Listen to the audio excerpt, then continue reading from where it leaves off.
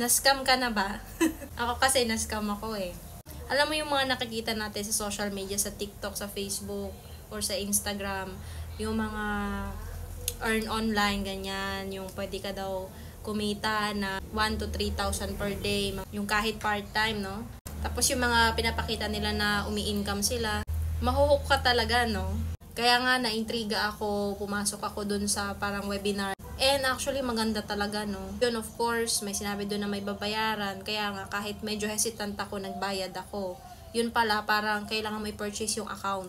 Marami talaga din ako nakikita na, oh, wag ka dyan, scam yan, ganun, baka maloko ka ng mga yan. Pero ginawa ko siya kasi curious ako eh. But you know what? Dahil pinag-aralan ko siya, ito rin kinikita ako ngayon.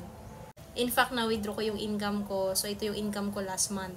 Sa totoo lang, pag ikaw gusto mo talaga ng mag-workout sa multi-level marketing, hahanap ka talaga ng company na established na.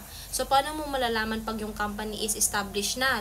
First is, kailangan 10 years above na yung company papasukan mo. So, importante yun. Kasi ang dami ngayon nagkalat ng mga company na alam mo yung pioneering.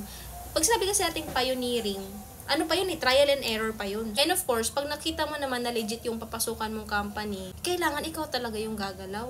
Kasi, you know, kung may nakikita tayong mga kumikita naman talaga, na legit naman talaga, yun nga lang, you really have to put the work. Kasi minsan, nagrereklamo tayo na, na-scam ako dyan, nagbigay ako ng kapital dyan, pero hindi naman ako kumita.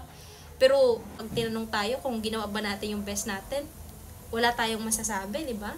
Kumbaga, alam natin sa sarili natin na hindi natin binigay yung best natin, kaya nag-fail yung negosyo.